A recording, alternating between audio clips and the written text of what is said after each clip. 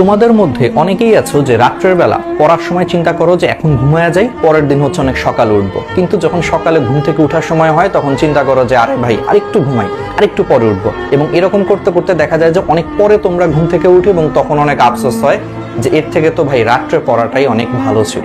স্বপ্নটাকে হচ্ছে বড় করে দেখো, তোমার মধ্যে যে স্বপ্নটা আছে সেই স্বপ্ন জিনিসটাকে অনেক বড় করে দেখতে শিখো। আমি একটা এক্সাম্পল দিই, ধরো তুমি আজকে ঘুমাইছো, পরের দিন মনে করো অনেক ভোরে উঠতে হবে, তোমাকে কোনো কারণে বলা হইলো যে পরের দিন ভোরে উঠে তোমার কোন একটা বন্ধু ফোন দিল যে দোস্ত চল একটা ম্যাচ আছে, শুক্রবারের দিন বন্ধের দিন তোমাকে একটা বন্ধু ফোন দিল যে দোস্ত আজকে একটা ফুটবল ম্যাচ আছে, আজকে একটা ক্রিকেট ম্যাচ আছে সকালে অমুক মাঠে, উঠিস কিন্তু ভোরবেলা উঠিস, একবারে সকাল সকাল কিন্তু বেরোবো। তখন দেখা যাবে কি যে তোমার কিসের ঘুম কিসের কি, তোমার মধ্যে অটোমেটিক একটা এনার্জি চলে আসছে যে আরে ধুর ঘুম তো পরে, ঘুম তো আরো অনেক ঘুমানো যাবে, কিন্তু এই খেলাধুলার সুযোগটা কি জীবনে আসবে? তাহলে তুমি চিন্তা করো তখন তোমার ঘুম ধরে না, কেন ধরে না? এটাকেই তোমার বলা হয় ম্যাটার অফ ইন্টারেস্ট। তোমার খেলাধুলাতে তোমার ম্যাটার অফ ইন্টারেস্ট অনেক বেশি, বা তোমার মুভি দেখাতে ম্যাটার অফ ইন্টারেস্ট অনেক বেশি, কারণ তুমি চিন্তা করো যে এই জিনিসগুলো 2 ঘন্টা 3 ঘন্টা দেখলে তোমার মধ্যে হচ্ছে যে একটা স্যাটিসফ্যাকশন আসবে, যেটা তোমার মনটাকে অনেক ভালো করবে। কিন্তু সেম জিনিসটা আমরা পড়াশোনার ক্ষেত্রে ভাবতে পারি না। কিন্তু পড়াশোনাটাকে এইভাবে চিন্তা করতে হবে, তোমরা সব সময় হচ্ছে হাতে একটা নোটবুক রাখবা, হাতে একটা নোটবুক রেখে তোমরা সেই নোটবুকটাতে সব সময় হচ্ছে তোমরা সেই নোটবুকটাকে লিখে রাখবা যে আমি হচ্ছে 2022 সালে গোল সেট করবা যে এই কাজটা করব, 2023 সালে হচ্ছে যে আমি অমুক জায়গায় চান্স পাবো, 2024 সালে আমি এটা করব, 2030 সালে হচ্ছে ঢাকা শহরে একটা ফ্ল্যাট কিনবো। এরকম অনেকগুলা তুমি তোমার স্বপ্ন লিখে রাখবা যে, এবং এই সবগুলা স্বপ্ন সত্যি হবে পড়াশোনার মাধ্যমে।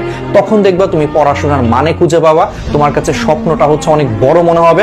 তখন তোমার সকালবেলা যখন ঘুম ভাঙবে না, বা রাত্রেবেলা যখন অল্প পরেই ঘুম ধরতেছে, তখন নিজের ভিতর থেকে বলে উঠবে আরে ভাই তুই কি করতেছস, তোর না 2023 সালের মধ্যে এটা করার কথা, তোর না 2030 সালের মধ্যে এটা করার কথা, এটা করতে গেলে তুই ভাই এখন জাগ, এখন পর, দেখবো অটোমেটিক নিজের ভিতরে হচ্ছে এটা আগুন জ্বলে উঠতেছে এবং তোমার ঘুম কিন্তু চলে গেছে।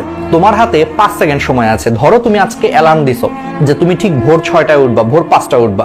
হয় কি যে অ্যালার্মে হচ্ছে আমাদের ঘুম ভাঙে, কিন্তু ঘুম ভাঙার পর মনে হয় যে ভাই আজকে আর পারবো না, থাক আরেকটু ঘুমাই, এটা মনে করে 5 সেকেন্ডের মধ্যে হচ্ছে আমরা অ্যালার্মটাকে অফ করে দেই।